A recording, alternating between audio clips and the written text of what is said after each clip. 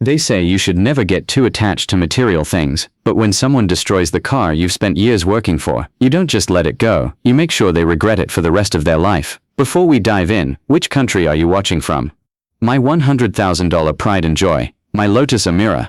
I'd dreamed of owning one since my early 20s, countless nights watching videos of that aggressive exhaust note, imagining the day I'd finally slide behind the wheel of one. It wasn't just a car, it was a goal, a symbol of years of discipline, sacrifice and perseverance. For 4 long years I saved every penny I could. No impulsive spending, no lavish vacations, no upgrades to my beat-up Corolla that coughed and wheezed every time I turned the ignition. Every time I passed a dealership, I reminded myself, one day, and that day finally came.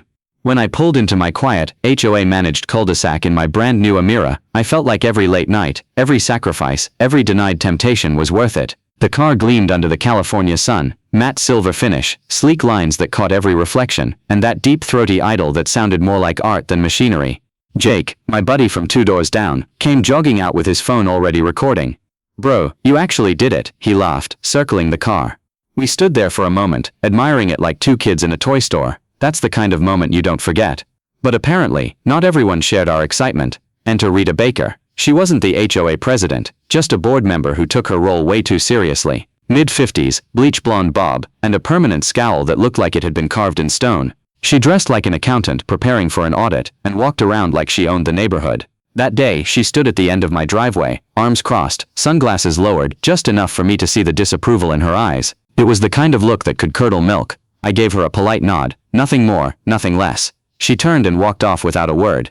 Over the next 2 weeks, Rita became my shadow. I'd see her circling the street in her beige Prius, notebook in hand, pretending to inspect sidewalks or trash cans that didn't need inspecting. She'd slow down whenever she passed my house, scribbling something in that cursed clipboard like she was writing a police report. Then came the inevitable confrontation. Clipboard in hand, she marched up my porch one Saturday morning. Without so much as a hello, she started reading from her notes like she was in court. "Your car," she said sharply, "is loud, lowers property values, and ruins the peaceful aesthetic of this neighborhood. Replace it with something more suitable. A Tesla would be preferable." I had to bite my tongue to keep from laughing. A Tesla. I'd read the HOA bylaws front to back before even buying the property. There was nothing in there banning sports cars, nothing even close. I kept my driving respectful. No revving at odd hours, no blocking driveways, no racing through the streets. I was the definition of a model neighbor, but logic didn't matter to people like Rita. Weeks passed. I went about my life, driving to work, coming home, keeping to myself. Each morning, I'd hear that familiar purr as I started the Emira, and it reminded me why I'd worked so hard for it. Then one night, everything changed. There'd been an HOA meeting earlier that evening, one hosted at Rita's house. She didn't show up for half of it, which in hindsight made sense. When I returned home later that night, the world seemed still too quiet. Red spray paint splattered across the rear window, bold, dripping letters that read, "I warned you." My stomach dropped, all 4 tires slashed. Both side mirrors snapped clean off, dangling like broken wings. My dream car, my pride, my years of hard work, violated. My hands trembled as I rushed inside and pulled up the Ring camera footage. And there she was, Rita, hood up, gloves on, spray can in hand. She looked straight at the camera, smirked, and even flipped it off before walking away, like she'd just finished gardening. This wasn't HOA drama anymore. This was felony vandalism, plain and simple. Under California Penal Code 594, what she did wasn't just illegal, it was criminal. I wasn't about to let her get away with it. That night, I called my attorney, Sam, and sent him every bit of evidence I had. We sat in his office the next morning, replaying the footage frame by frame. There was no mistaking it. Same height, same posture, same smug smirk. Rita had turned my driveway into a crime scene. When we calculated the damages, the total made my head spin. $1,800 for new high-performance Pirelli P0 tires, $1,200 for the mirror housings, $6,500 for repainting and restoring the matte finish, $2,000 for a rental car while the Emira was being repaired, over $11,500 in total. Sam leaned back in his chair and said calmly, "Under California Civil Code 333, you can recover all of this, plus punitive damages, and under Penal Code 594, this qualifies as felony vandalism." That's when I knew. This wasn't going to be settled quietly. I wasn't just going to fix my car. I was going to make sure Rita Baker learned exactly what happens when you mess with someone who plays by the rules and knows the law better than you do. 2 days after that sleepless night, I sat in my garage, staring at the Emira as the detailing crew began their work. The silver finish I'd once admired now looked wounded. The scratches, the deep gouges, and that cruel red paint, they all screamed one name, Rita. But I wasn't angry anymore. I was focused, calm, the kind of calm that comes when you know you're about to deliver justice. My attorney, Sam, and I spent the next few days building a case. Every repair estimate, every photo, every second of that Ring camera footage, we cataloged it all. Sam even suggested a civil suit alongside the criminal complaint. We'll hit her on both fronts, he said. Restitution and charges. Let's make it hurt where it counts. Before the legal gears could start turning, though, I wanted the neighborhood to know who they were dealing with. Rita had been the self-appointed enforcer of our HOA for years, writing fines, filing petty complaints, and pretending her word was law. It was time people saw the real her. The next HOA meeting was perfect. It was held at the community clubhouse, a room lined with beige walls, fake ferns, and enough tension to choke on. Rita sat near the front, arms crossed, chin high, like she was moderating a United Nations summit. I waited until halfway through new business. Then, calmly, I stood up. I'd like to address an incident that concerns the entire community, I said, plugging my laptop into the projector. The screen flickered to life, and before anyone could ask a question, the Ring camera footage began to play. The room fell silent. There she was, hoodie pulled tight, spray can in hand, slashing my tires one by one. You could hear the faint hiss of escaping air echoing through the speakers. When she turned to face the camera, her smirk lit up the room like a confession. Gasps rippled through the audience. Someone muttered, "Oh my God." Rita's face drained of color. She shifted in her chair, pretending to look unimpressed, but her hand trembled. "That's edited," she blurted suddenly. "This is harassment. I was acting under community stewardship, protecting the peace of our neighborhood." A few board members exchanged looks. One of them, an older man named Frank, whispered loudly, "By slashing someone's tires?" Sam, who had quietly slipped into the back row, stood up. "For the record," he said clearly, "under California law, what you just saw qualifies as felony vandalism, and my client has already filed charges." The room went dead quiet. Rita tried to speak again, but her words came out shaky. This is slander." "No, Rita," Sam replied. "This is evidence. I didn't need to raise my voice. The truth did all the talking." The meeting ended abruptly after that.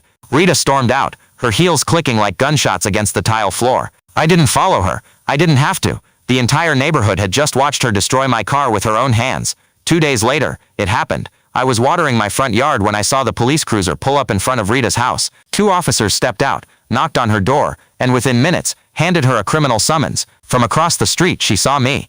Our eyes met for a brief moment. The same cold woman who'd once smirked at me now looked terrified. That was the first time I felt like I'd actually won something. But I wasn't done. Weeks passed. The Emira was fully restored. New Pirelli tires, flawless paint job, everything shining like the day I bought it. But the satisfaction wasn't just in the repairs. It was in knowing the system worked. When the court date finally arrived, I walked into the courtroom, wearing the same calm expression I'd had the night I filed the report. Rita was already seated at the defendant's table, her hair neatly done, her expression stiff, as if she thought charm could rewrite the truth. Sam presented the case cleanly, every detail laid out with surgical precision. The Ring footage, the invoices for repair, her own handwritten HOA notes, referencing my car as a noisy status symbol that should be removed. Each piece of evidence fit perfectly together, like a puzzle she'd built for her own downfall. When the video played on the courtroom monitor, Rita kept her eyes fixed on the floor. The judge's face stayed neutral for most of it, but the moment he saw her flipping off the camera, his eyebrows raised slightly. When Sam finished, Rita tried one last desperate defense. "Your Honor," she said, voice trembling, "I was protecting community standards. His car was disturbing the peace. I didn't mean for it to go that far." The judge leaned forward. "Using your HOA position as a pretext to commit vandalism isn't protecting the community, Miss Baker. It's criminal behavior and an abuse of trust." That silence afterward was heavy, the kind that only comes right before justice lands. The courtroom was silent as the judge delivered his verdict. Rita sat stiffly, eyes down, her face pale. Under California Penal Code 594, this qualifies as felony vandalism and malicious destruction of private property, the judge said firmly. The defendant is guilty. Rita didn't say a word. The sentence was clear. $13,500 in restitution, covering my repair costs, rental car, and legal fees. She also received probation, community service, and a brief stay in county jail. If she failed to pay within 30 days, I could enforce the judgment through property seizure. The gavel struck once, echoing through the courtroom. It was quiet justice. No drama, no shouting, just the truth doing its job. Rita was let out without looking at me, and for the first time in months, I felt peace settle over me. The anger was gone. All that remained was closure. The following weeks were eerily calm. Her once perfect lawn grew wild. Her blinds stayed shut. The woman who'd once roamed the neighborhood with a clipboard now hid from the very people she'd tried to control. Then one morning, I woke to the sound of a moving truck. By sundown, Rita Baker was gone. No notice, no goodbyes, just an empty house, and a lingering memory of what happens when arrogance meets accountability. Some neighbors whispered. Others just nodded at me when they saw me, a quiet acknowledgement that justice had been served. For the first time since moving there, our street actually felt like a community. That weekend, I rolled the Lotus Emira out of the garage. The new paint gleamed, the engine purred, and as I eased down the street, I could feel the balance restored. A few neighbors waved. Jake gave a grin and a thumbs up. I wasn't showing off. I was reclaiming what was mine. When I parked back in my driveway, the silence that followed felt different this time. It wasn't tense. It was peaceful. Later that evening, Sam called. She paid the full amount, he said. Guess she didn't want her wages garnished. I laughed softly. Good for her. I sat on my porch as the sun dipped below the rooftops, the Emira glinting under the streetlight. I thought about everything. The saving, the dream, the confrontation, the damage, and finally the justice. It wasn't revenge that felt satisfying. It was restoration, of fairness, of peace, of the simple idea that right still wins when you stand your ground.